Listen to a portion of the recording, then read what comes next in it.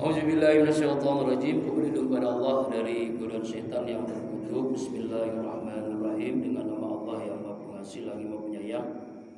Surah Asy-Syu'ara surah ke-26 ayat 112 sampai 136. Allah Subhanahu wa taala berfirman. Qala, telah berkata, siapa ini? Kita lihat ayat sebelumnya. Dalam tafsir Jalalain, qala di sini adalah Nabi Nuh. Ya, Nabi Nuh ini menjawab apa yang disampaikan kaumnya. Ya. Wa ma ilmi, dan tidaklah ada pengetahuan kepadaku, bima dengan apa-apa kanu yang mereka telah ya'malun kerjakan. Allah Subhanahu wa taala dalam surah Asy-Syu'ara ini ayat 112 ini berawal dari ayat 111. Jadi munasabah ayat ya. Jadi kita belajar lagi munasabah. Jadi bingung nih kalau nggak pakai munasabah. Dalam ilmu tafsir itu ada namanya munasabah ayat. Munasabah ini adalah keterkaitan ayat yang kita baca dengan ayat yang sebelumnya. Itu ayat 111. Kita lihat ayat 111 supaya paham maksud 112 ini. Qalu anu'minu laka wattaba'akal arzalun. Ya. Mereka kaumnya Nabi Nuh, ya. Anu'minu, apakah kami harus beriman? Nasaddaqu lak, ya. Nasaddaqu laka. Apakah kami harus membenarkan, percaya laka kepadamu, kepada ucapanmu hai Nuh? Wattabaka arjalun, padahal yang mengikutimu adalah orang-orang yang rendah. Arjalun asakal haqa wal asakifah, yaitu orang-orang yang hina. Jadi dijelaskan orang-orang yang bodoh, orang yang budak, orang yang terbelakang, du'afa, masakin, orang miskin, orang bodoh. Kami ini nih, ya, ini orang-orang apa namanya, adalah punya kedudukan, punya jabatan, orang kaya. Apakah kami beriman, percaya kepadamu Nuh, hai Nabi Nuh, dengan apa yang kamu sampaikan? Ya. Lalu Nabi Nuh menjawab, nah ini maksudnya. Qala wa ma ilmi bima kanu ya'malun. Bagaimana aku mengetahui mana yang mungkin aku tahu apa yang telah mereka lakukan. Ya. Jadi jawaban Nabi Nuh seperti itu. Ya. Bahwa Allah Subhanahu wa taala menyatakan, kita lihat dalam tafsir. Kalau tafsir Jalalain itu hanya terjemah arti, dia hanya singkat saja. Yang lebih lengkap tafsir Jalalain, tafsir Ibnu Katsir. Yaitu ayat ini menjelaskan bahwa Allah Subhanahu wa taala berfirman dalam 111 tidak ada satu pun yang mengharuskan kami, kata siapa kaum Nabi Nuh, untuk mengikuti Nabi Nuh. Enggak ada tuh. Seandainya mereka berada dalam urusan yang biasa melakukan, maka bukanlah suatu keharusan bagi saya mengorek, meneliti, menyelidiki perihal mereka. Nah, karena itu kata Nabi Nuh, wa ma ilmi bima kanu ya'malun. Sesungguhnya tugas saya, kata Nabi Nuh, tugas saya Nabi Nuh ini adalah untuk menerima pembenaran mereka, dan aku menyerahkan apa yang terjadi pada mereka kepada Allah. In hisabuhum illa ala rabbi lau tasurun. Tidaklah penghitungan hisab mereka kecuali kepada Tuhanku Allah, lau tasurun, jika kalian menyadari. Artinya adalah, ya, Allah Subhanahu wa taala menjelaskan di ayat ini jawaban Nabi Nuh kepada orang yang tidak mau mengikuti dakwahnya Nabi Nuh. Karena dia merasa lebih tinggi ilmu, lebih tinggi jabatannya, lebih terpandang, lebih keturunannya, juga lebih banyak hartanya, lebih kaya. Sedangkan yang ikut Nabi itu orang miskin, duafa, masakin, orang bodoh kata mereka nih. Kata pembesar-pembesar di zaman Nabi Nuh. Sama seperti dakwahnya Rasulullah SAW. Yang mengikuti dakwah Rasulullah itu budak, orang-orang menurut mereka orang bodoh, orang terbelakang, orang-orang duafa, masakin, gak punya jabatan, budak-budak hina. Sedangkan yang menyembah patung, Abu Jahal, Abu Lahab itu orang-orang yang punya jabatannya tinggi, orang-orang yang kedudukannya tinggi, hartanya paling kaya. Ini dakwahnya Rasulullah itu sama seperti dakwahnya Nabi Nuh alaihissalam yang mengikuti orang-orang lemah, orang-orang bodoh kata mereka. Karena itu jawaban Nabi Nuh adalah, ya, saya menyadari, Nabi Nuh menyadari bahwa dakwah itu hanya menyampaikan. Hisab mereka, perhitungan mereka itu diserahkan kepada Allah. Jika kalian tidak paham, jika kalian tidak mengerti. Wa ma'ana bitaridil mu'minin, dan tidaklah saya orang-orang yang mengusir orang-orang yang beriman. Artinya adalah Nabi Nuh ini diutus hanya memberikan peringatan. Siapa yang mau menerimaku silakan mengikuti. Siapa yang membenarkanku termasuk golonganku, ya, maka dia bagian daripada orang-orang mukmin, orang-orang Islam. Baik dia itu budak, orang miskin, siapapun kalau mengikuti, ketaat kepada Allah, beriman kepada Allah, beriman kepada Nabi Nuh, maka dia adalah orang yang mukmin. In ana illa nazir, setidaklah saya ini kecuali nazirun mubin, seorang pemberikan peringatan. Jadi seorang nabi itu memang hanya berdakwah, tugasnya amar ma'ruf nahi munkar. Nah, minggu lalu Selasa kemarin saya kan agak cepat kemarin pulang buru-buru tuh ya, karena ngejar acaranya di Tanah Abang di Hotel Millennium Jakarta Pusat. Nah di situ 35 khotib pilihan, ya, dari seluruh Indonesia, antaranya saya ya bersama para khotib dari itu menjelaskan tentang jadi pematerinya narasumbernya dari Kementerian Agama dan DMI, Dewan Masjid Indonesia. Nah ini kan lagi ramai dalam diskusi para khotib itu, dakwah kita ini sekarang lebih berat, ya kan? Seorang ustadz tidak boleh membicarakan tentang teroris, ya, tapi sedangkan para pemegang kekuasaan seringkali mengedepankan dakwahnya radikal, teroris. Padahal lebih banyak negeri ini koruptor, ya, yang menghancurkan negeri ini. Nah ini kan ini. Nah bagaimana tuh? Ramai tuh diskusi itu. Ya mudah-mudahan menjadi hikmahnya ya. Kadang-kadang yang membuat gaduh ini bukannya ustadz, umumnya berawal dari ungkapan para pejabat-pejabat yang tidak menjaga mulutnya begitu. Nah ini kan yang membuat gaduh kan. Mana ya 1-2 mungkinlah ustadz yang membuat gaduh, tapi umumnya kan tidak, berawal dari kegaduhan para pejabat-pejabat. Nah ini yang sangat ironi ya. Tapi mudah-mudahan dari kesimpulan akhir kita mengikuti itu ya adalah bagaimana menenangkan umat dan juga menenangkan pejabat gitu kan. Umat sih bagaimana ulama, nah umaro harusnya mengikuti ulama gitu.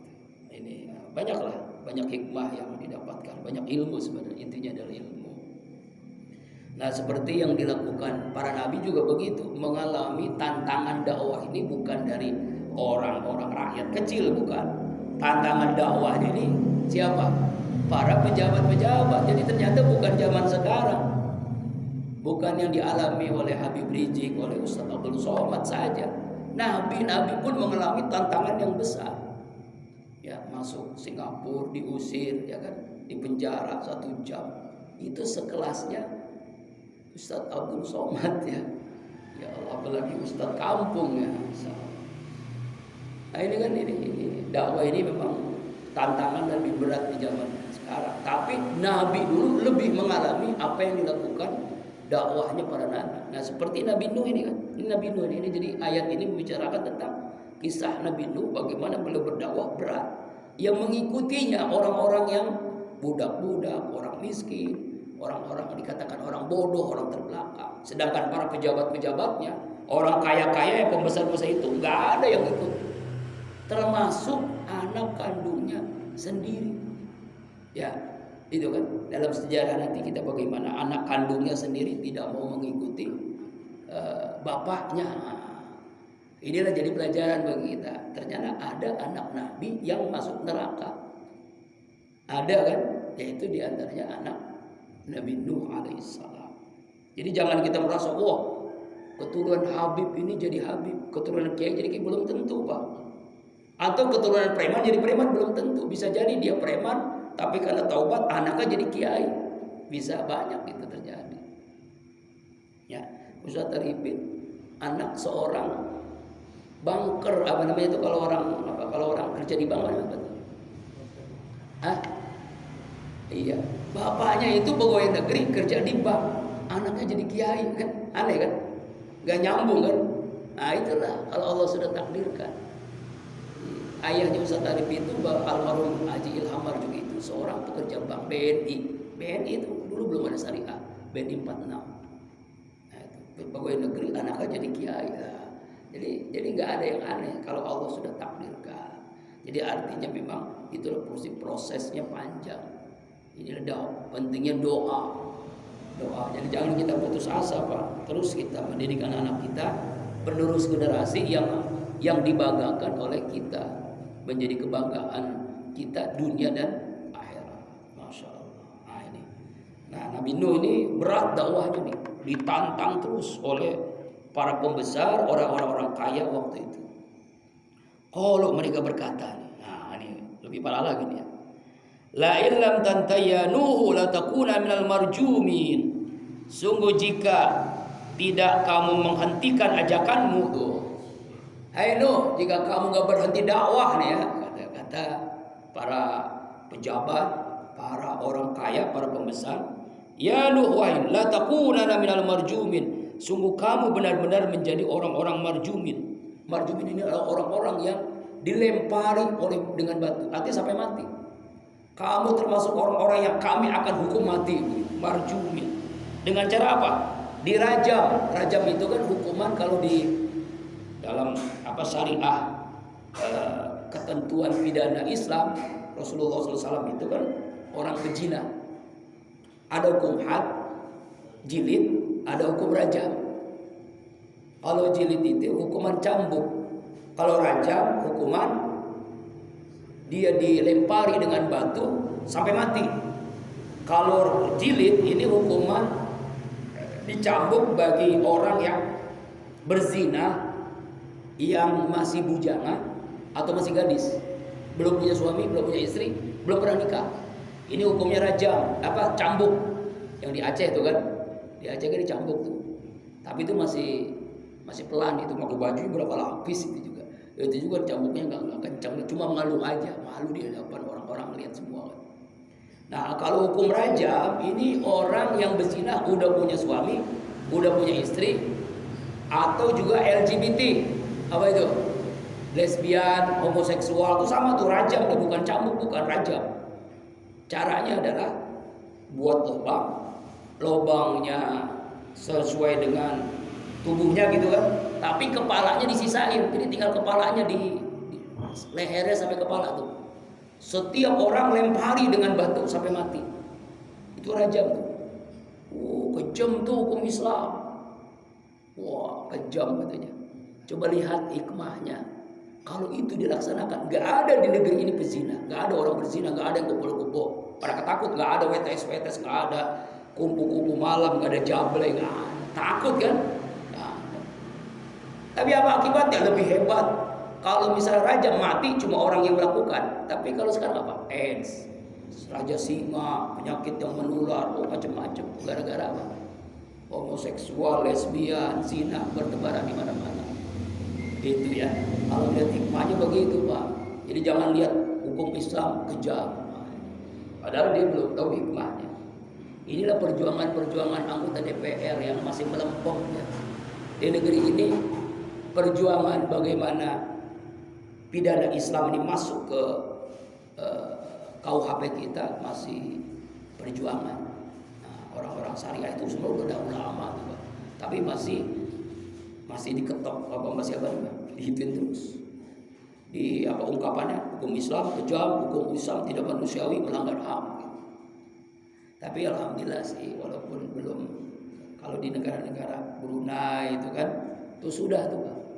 Ya, terus negara-negara Islam lainnya sudah melakukan itu. Kita masih belum. Ya jangankan itu ya. Kalau pencuri kan potong tangan. Mencurinya berapa tuh? Sekitar 1 ekor kambing. Jadi sekitar 2 juta potong tangan. Ya, kalau mencurinya lebih dari 2 juta, ya kan? Ya, potong tangan lagi. Bisa jadi semuanya tuh. Potong tangan, kaki, masih mencuri juga.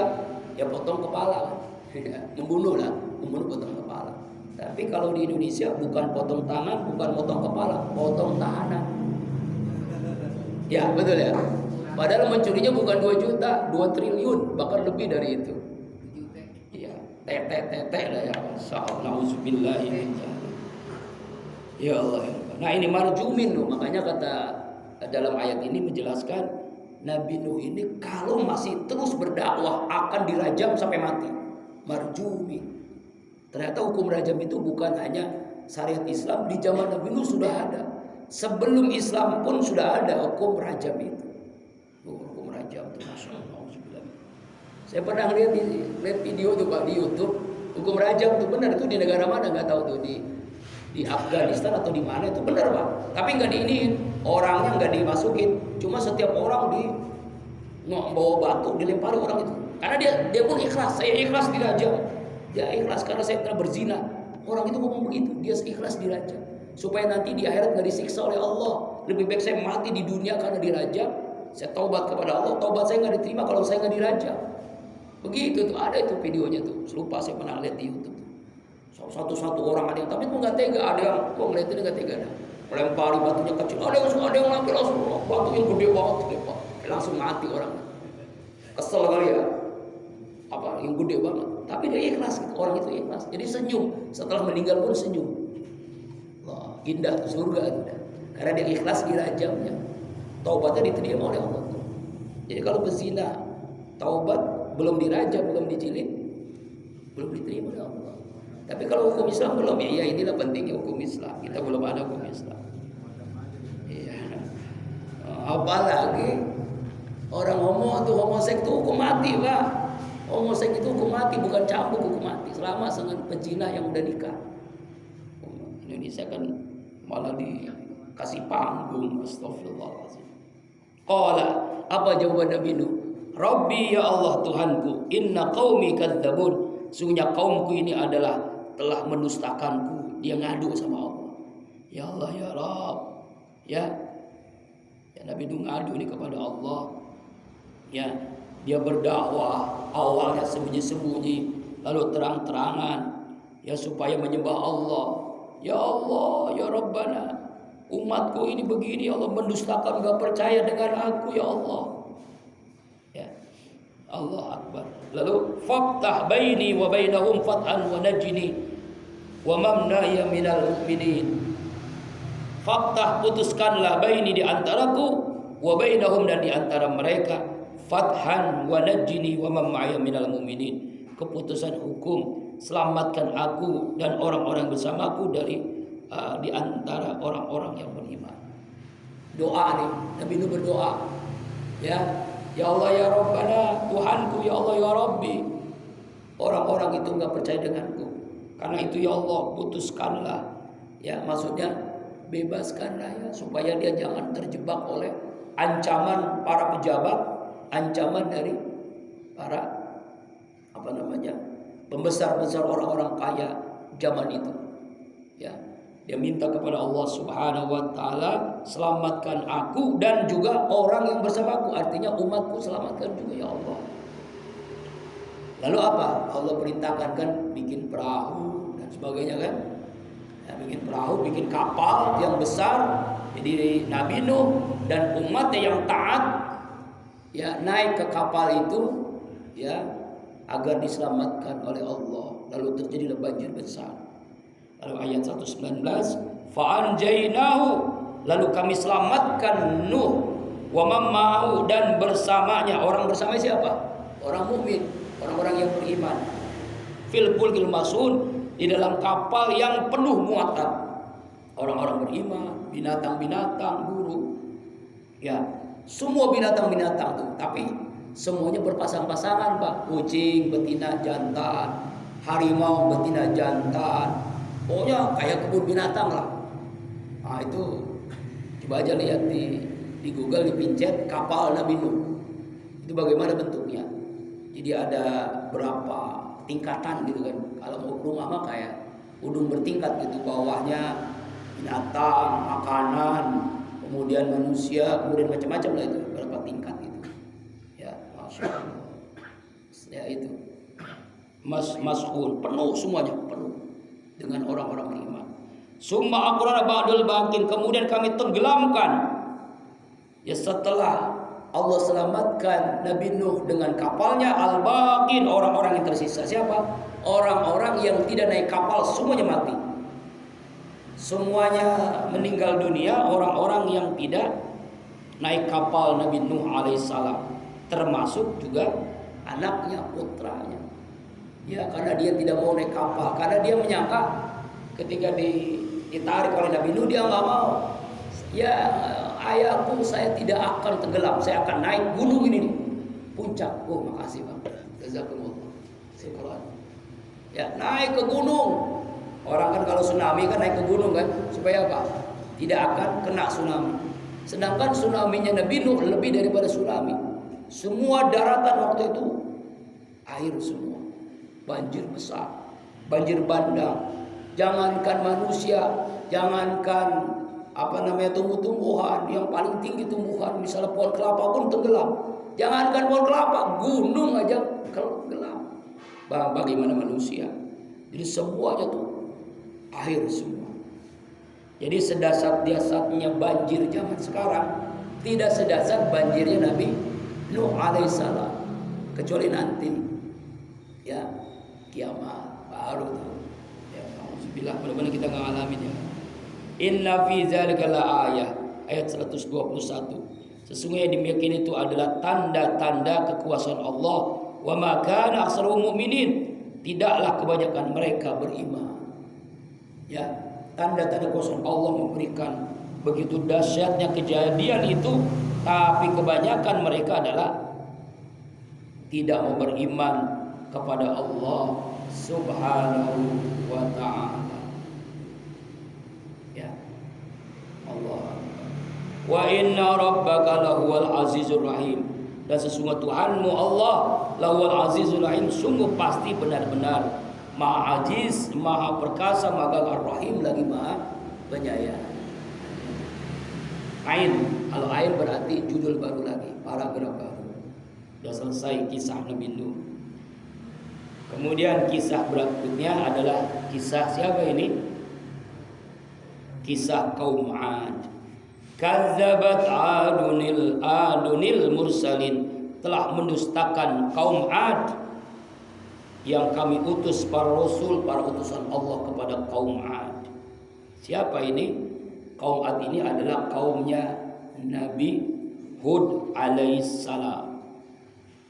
Dijelaskan dalam tafsir Katsir, kaum Ad ini adalah kabilah yang tinggal di bukit-bukit pasir yang di dekat Hadramaut, bersebelahan dengan Yaman, hidup di zaman sesudah Nabi Nuh alaihissalam. Jadi sudah Nabi Nuh, ya, kemudian ada namanya kaum Ad. Nah, kaum Ad ini kaumnya Nabi Hud alaihissalam, tinggalnya di Hadramaut. Itu negerinya para habaib itu ya sekarang. Ya, ini kaum Ad. Iz qala lahum akhuhum Hudun ala tattaqun. Ketika berkata kepada mereka akhuhum, saudara mereka Hudun, Nabi Hud, ala tattaqun, mengapa kalian tidak takut dengan siksa Allah? Kenapa kalian tidak bertakwa kepada Allah Subhanahu wa taala? Hai kaum Ad. Ini kisah Nabi Hud berdakwah kepada kaum Ad. Ya. Jadi kaum Ad ini memiliki keistimewaan, Pak. Dia membuat rumah di bukit-bukit. Bayangkan bukit-bukit, ya, gunung-gunung dijadikan rumahnya kaum Ad ini. Inni lakum rasulun amin. Sesungguhnya aku ini, maksudnya Nabi Hud alaihissalam, lakum bagi kalian semua rasulun amin, seorang rasul yang dipercaya, yang jujur, ya, seorang rasul yang utusan Allah yang jujur, yang amanah, yang dipercaya. Amin. Fattaqullaha, maka bertakwalah kalian kepada Allah, wa atiun, dan taatlah kalian kepadaku. Bertakwa kepada Allah dan taat kepada aku, maksudnya taat kepada Nabi Hud, supaya tahu taat kepada Allah bagaimana caranya. Seperti kita kan bersyahadat, Pak, ya. Syahadat kita apa? Asyhadu an la ilaha illallah wa asyhadu anna Muhammadar Rasulullah. Kalau kaum Nabi Nuh, asyhadu an la ilaha illallah Nuhur Rasulullah. Kaum Nabi Hud, la ilaha illallah Hud Rasulullah. Begitu, sama aja. Itu artinya adalah taat kepada Allah dan taat kepada Nabi Muhammad, taat kepada Allah, taat kepada Nabi Nuh, taat kepada kaum Nabi Hud alaihissalam. Wa ma as'alukum alaihi min ajrin in ajra illa ala rabbil alamin. Nah, ini jawaban Nabi Hud alaihissalam bahwa dia berdakwah itu bukan untuk fulus, bukan untuk duit, bukan untuk harta, bukan untuk dunia. Apa kata Nabi Hud? Tidaklah aku meminta kalian semua atas dakwahku ini min ajrin, upah, duit, fulus, dunia, bukan. In ajriya, tidaklah upah balasanku adalah illa rabbul alamin, kecuali dari Allah Tuhan semesta alam. Jadi Nabi Hud alaihissalam ini berdakwah bukan untuk dunia, karena kaum Ad menyangka tuh dia berdakwah itu ingin dapat fulus. Kalau sekarang ingin dapat amplop. Nah, dakwahnya karena amplop, karena duit, karena fulus, karena dunia. Nah, ini mengingatkan nih para dai ini, ya kan? Al ulama warasatul anbiya, ulama itu pewaris para nabi. Dia mewariskan wisalah karena Nabi sudah wafat. Ya, Nabi Muhammad SAW sudah 14 abad yang lalu sudah wafat. Dilanjutkan oleh para ulama. Jadi dakwahnya para ulama itu sama dengan anak Nabi harusnya. Jadi bukan karena dunia.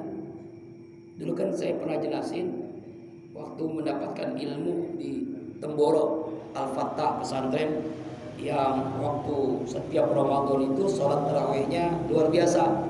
30 juz Al-Quran setiap malam. Dari Isya sampai sebelum sahur. Bayangin tuh, Pak. Salat tarawih di pesantren Al-Fatah Temboro Magetan, itu salat tarawih dari Isya sampai setengah 4 sampai sahur. 30 juz. Bukan 1 juz, bukan 2 juz, bukan 5 juz, bukan 10 juz. 30 juz, bayangin tuh. Ya Allah, kita nggak kuat ya. Berarti imamnya tuh hafiz Qur'annya sudah mungkin banget. Masya Allah. Dari sana saya dapat ilmu, yaitu dia menjelaskan tentang tipe dai, tipe penceramah, tipe ustadz, ada 5. Dia diumpamakan seperti air. Pertama seperti air hujan. Ini paling bagus nih. Dia berdakwah, namanya hujan kan nggak milih-milih tempat, ya kan ya? Mana hujan milih tempat? Enggak kan? Mau ke gunung, mau ke rumah, mau ke hotel, hujan aja. Ini dai yang dai paling bagus nih. Dia berdakwah kemanapun, yang orang kaya sama, ke orang miskin sama, ke orang awam sama, ke pejabat sama, sama aja dakwahnya sama, nggak beda-bedain tempat. Kalau dakwah ke kampung karena amplopnya kecil, dakwahnya lemas. Pejabat amplopnya gede, wah semangat. Nah, itu berarti bukan seperti air hujan. Yang kedua seperti air pam. Ini nauzubillah nih. Dia dakwah, ya, air itu keluar kalau dibayar kan. Ya kan, bayar dulu kan baru dia dakwah. Ada kan yang begitu kan? Pakai DP lagi. Pakai DP Pak, nauzubillah, DP sekian gitu. Jadwalnya padat nih, pakai DP. Nah, harga DP, nauzubillah. Ini seperti air pump. Yang ketiga, seperti air sumur. Wah, bagus banget juga, sama bagus nih. Siapa seperti air sumur? Yaitu sumur itu memberikan manfaat buat orang sekitarnya. Orang datang supaya dapat minum air itu, mandi, bermanfaat. Artinya orang datang ke ulama itu, datang ke Buya Mufasir, dapat ilmu itu, air sumur itu bermanfaat. Orang pada datang kan? Orang pada datang. Ini bagus air sumur. Kemudian yang berikutnya seperti air nauzubillah ini. Paling jelek nih, air comberan. Isinya apa air comberan? Kotoran, tai, macam-macam lah. Siapa ini? Penceramah, dai, mubalik, mencampur antukan antara halal dengan haram. Fatwanya itu bagaimana permintaan? Ya, dakwahnya berbagai permintaan. Apa maksudnya permintaan itu? Kalau dapat duit, fatwanya berubah. Halal jadi haram akhirnya. Berubah-ubah fatwa itu kan. MUI dapat duit supaya ini halal jadi haram jadi halal. Campur-campur tuh. Ya, riba dengan pokoknya maksiat kan. Seperti air tuh, air sumur, air hujan, air sumur, air pump, air comberan. Akhirnya termasuk apa tuh? Kita bisa bedain makanya seperti apa tuh. Ya, nah itu diantaranya. Ya. Ada 4 ya, maaf, ada 4 bukan 5. Ya. Nah, para ulama harusnya 2 itu cuma tuh. Ya, kalau enggak air sumur, air hujan itu aja. Nah, itu ulama yang benar. Jadi kita bisa tahu ini ulama benar-benar ulama atau bukan. Coba lihat. Coba aja Bapak cek, ngundang ustaz. Nah, kalau pakai DP udah jelas tuh ulama paham, ustaz paham. Ya, jelas. Yang ngomong itu bukan saya, itu sekretaris saya, sama aja Pak. Mau sekretaris, mau manajemen sama aja. Karena saya 5 tahun mendampingi Ustadz Arifin, ya tahu persis gitu ya. Ya kan, itu ada yang datang bawa koper duit, Ustadz mohon besok Ustadz Arifin datang ke tempat kami, ini duit, amplop, koper Pak, merah semua. Itu bisa ratusan juta, puluhan juta lah, minimal ratusan juta. Kata saya, maaf Pak, Ustadz Arifin udah ada jadwal di sini. Saya tidak akan bisa. Kalau antum nggak percaya, langsung saja datang ke beliau langsung. Nah, saya kembali. Kalau saya pengen kaya Pak, saya ambil duit itu, enak banget kan ya. Masya Allah. Akhirnya diuji itu oleh Allah begitu berat tuh Pak. Alhamdulillah teruji sama beliau. Alhamdulillah dengan anak-anak yang begitu tuh, ujian orang minta jadwal nyodok gitu kan, dengan amplop yang begitu, uang yang begitu banyaknya. Ini pejabat nih, ya kan? SBY ngundang 3 kali waktu itu, ditolak. Saya nolak, SBY ngundang, saya tolak, bayangin. SBY yang ngundang waktu itu presiden, RI 1 ngundang, ditolak. Kenapa? Karena Ustadz Arifin udah ada acara di Citayam. Lebih milih acara di Citayam dibandingkan undangan RI 1. Hebatnya Ustadz Arifin. Tapi saya juga ngomong dulu, Ustadz, Bang, ini jadwal nih, RI 1 ngundang nih, tapi abang ada di sini, gimana? Gimana, mau di Citayam apa mau di RI 1 gitu? Citayam, itu langsung. Ya oke, bismillah. Oke, itu. Itulah luar biasanya beliau tuh. Makanya dakwahnya banyak orang taubat, banyak orang masuk Islam. Itu ya dakwah yang harus ditiru oleh saya tuh sama kita semua, insyaallah. Nah, kembali lagi, jadi Nabi Hud ini berdakwah bukan karena dunia, tapi kenapa? In ajriya illa ala rabbil alamin. 127 nih ayat, bagus banget ini, harus disampaikan ke ustaz nih. Saya berdakwah, kata Nabi Hud, upahnya itu dari Allah. Surga pahalanya dari Allah aja. Allah ngasih apa? Serah Allah. Atabununa bi kulli rihin ayatan ta'basun. Apakah kalian akan membangun setiap tempat tinggal, bangunan-bangunan, tanda-tanda atau basun yang kalian selesaikan? Jadi artinya begini. Jadi kata Nabi Hud alaihissalam, ya kan? Kaumnya itu membuat bangunan-bangunan yang tinggi waktu zaman dulu. Kalau sekarang mah hotel atau pencakar langit, ya kan? Itu kan ada yang paling tinggi itu. Di Saudi itu ada jam tangan tuh ya, di Mekah. Apa jam apa namanya? Iya. Jam dia tower jam-jam ya. Kan tingginya berapa ratus meter. Kemudian di apa namanya tuh di Uni Emirat Arab di Dubai juga bangunan tertinggi di dunia tuh kan. Wah itu. Nah zaman Nabi Hud sebenarnya udah ada Pak. Bangunan-bangunan cuma memang teknologinya bukan kayak sekarang. Tapi di zaman itu kan udah hebat banget. Pokoknya kayak gitulah. Tuh. Kata Nabi Hud alaihissalam, kalian membangun nih setiap bangunan yang tinggi menjulang ini tanda-tanda bangunan kamu ini akan ditempati nanti di akhirat, istilah begitu. Ini bangunan yang kokoh, yang megah, yang hebat ini, yang orang pada kagum, ya kan orang pada kagum kan. Tapi di akhirat gimana rumah kalian nanti? Setinggi-tingginya bangunan, sekaya-kayanya orang, rumah kita sama Pak, berapa? 2 kali 1 meter itu rumah kita tuh. Rumah kita cuma 2 kali 1 meter, walaupun bangunan tinggi bertulang mewah. Kalau kita masuk galian 2 meter, sama aja mau yang kaya miskin rumahnya sama. Ya walaupun nanti di kuburan yang mahal, ada kuburan mahal tuh di Kerawang namanya apa itu?